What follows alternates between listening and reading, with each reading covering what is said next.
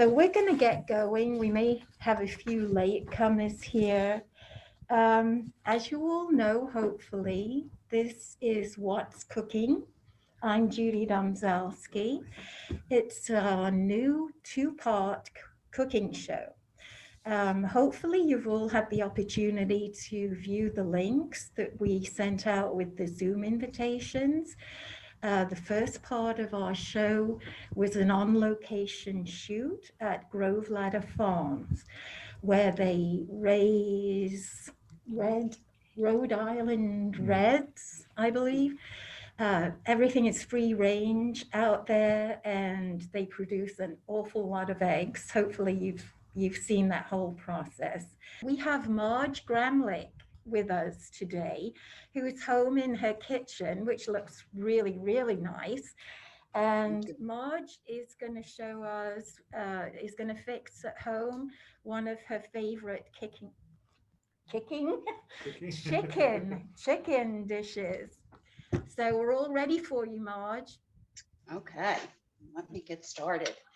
I am going to prepare for you today Lex's roast chicken. This is a recipe that I found in the Cuisine at Home magazine about 15 years ago, and it is delicious. Your house smells like heaven when you cook it, and my husband loves it. So he'll be very happy because he'll be getting to eat this after. First of all, I'm going to show you the ingredients. You won't be seeing me much after this, but okay, these are the ingredients. You have minced lemon zest, sea salt or coarse salt, minced garlic, fresh ground black pepper, dried thyme, red pepper flakes, and fresh Italian parsley chopped, and of course, fresh lemon juice. That's one of the secrets in this dish. So we're going to use all of this today.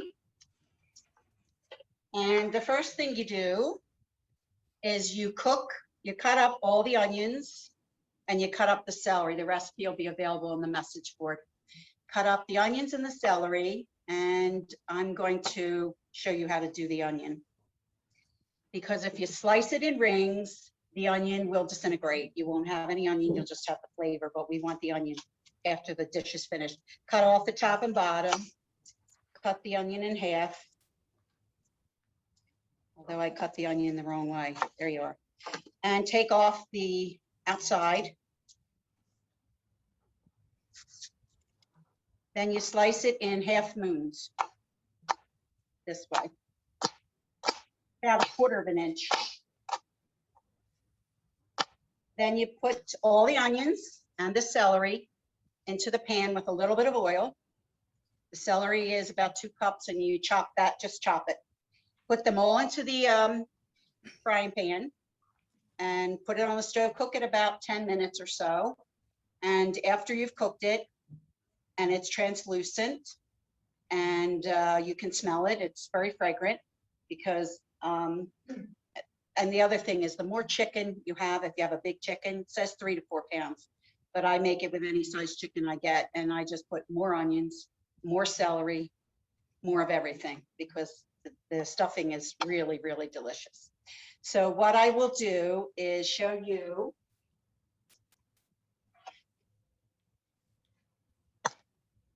this is what it looks like after you've cooked down the celery and the onion in the frying pan. Then what you do, that's probably 10 to 15 minutes. Then you add in all the ingredients that were on the Lazy Susan. So that's here, the garlic and the onion and or the thyme and the red pepper flakes, salt and pepper, and you cook it another 5 minutes. Well, I'm going to do that right now. So, and now I'm going to assemble, well, actually, first I'll show you about the lemon zester. When you make the lemon juice and the lemon zest, you have to get the thinnest skin lemon you can find, the brightest, shiniest, and roundest lemon. That's the best juice. And what I do is slice off the edges for the simple reason that my next gadget will help. It will help that one better. But I have this zester. It's a like a microplane. And when you zest, you just pick up just the yellow. Don't pick up any of the white. The white is called the pith. and the pith is bitter. So you don't want any of that. You just want the very top layer, and the top layer is the best part. That's where the flavor is. The oils are in there, and that gives the chicken a really wonderful flavor.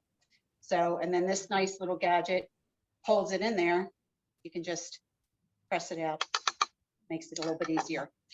Then I cut the lemon in half after I zest the whole thing.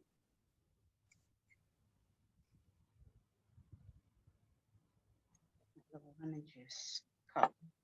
Put it inside this way, squeeze it. All the juice comes out, all the seeds stay in the gadget. It's really wonderful. So now I'm going to show you how we assemble the dish. Just 1 second, I will get the stuff that's been cooking. You pretty much take that out, put it into a bowl, because it's just really a one dish meal, if you're lucky. That's one of the reasons I like it. You just take all the vegetables, put them right into a bowl. You're going to use them in a minute.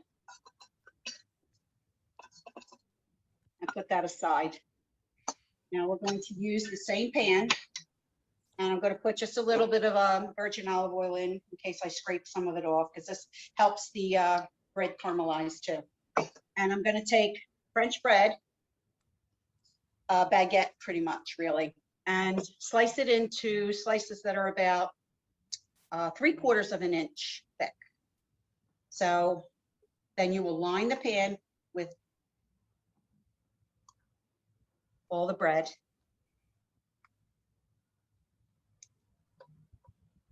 Delicious.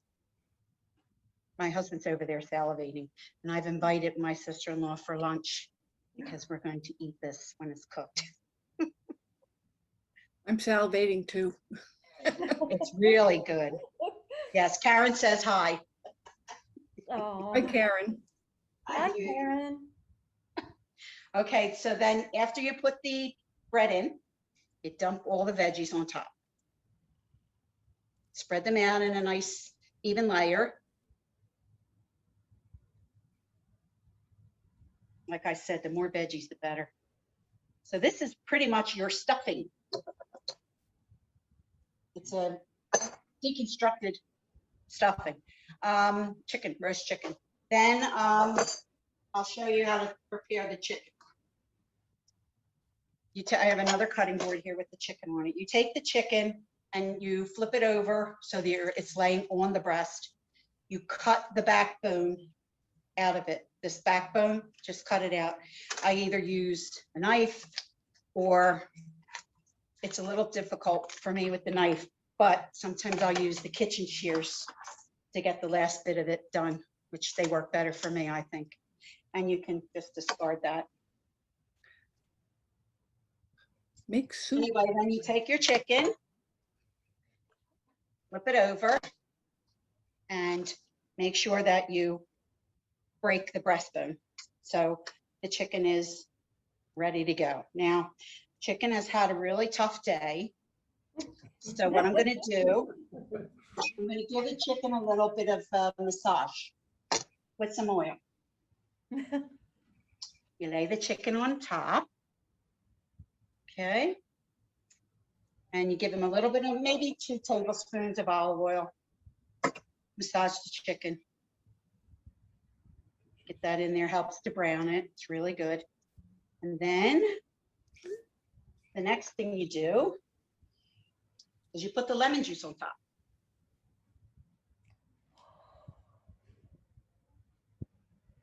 Okay. After that, you're supposed to salt and pepper it, but I have to tell you, Morton's Nature Seasonings, the best ever. I use it. I put that beep on everything. I like the beep. Yes, I sprinkle it liberally. I make sure, you know, and that is it. Now, depending on the size of your chicken, depending on, you know, how long, it depends on how long you're going to cook it. But it's usually cooked till about the recipe says 160 to 165. The chicken, of course, that I bought says 180. So whatever makes it look done to you. I usually do it to 165 and it's fine. I don't have any problem. So I'm going to put this chicken into the oven. Be right back.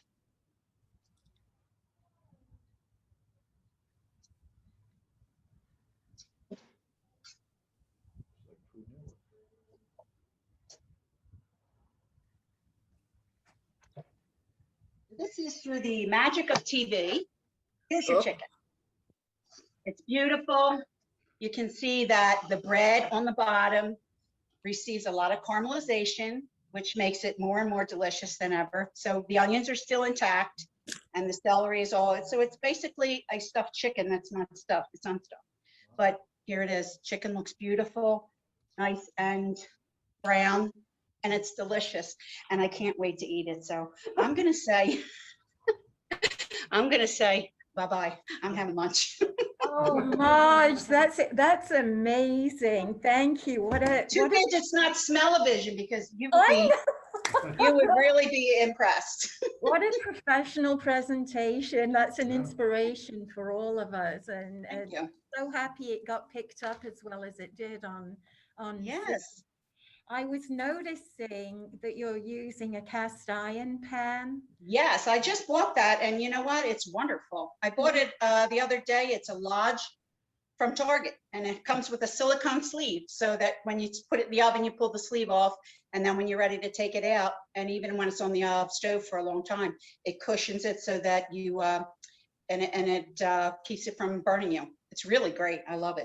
I just can't say enough about cast iron. I've pretty know. much changed over to that completely. And when I lived in England, we cooked with gas all the time. Oh, And I I wish I had found that gas. that's the closest to getting that heat back into the cooking using cast Yes. iron. Thank you so much for You're welcome. It's been a joining. pleasure.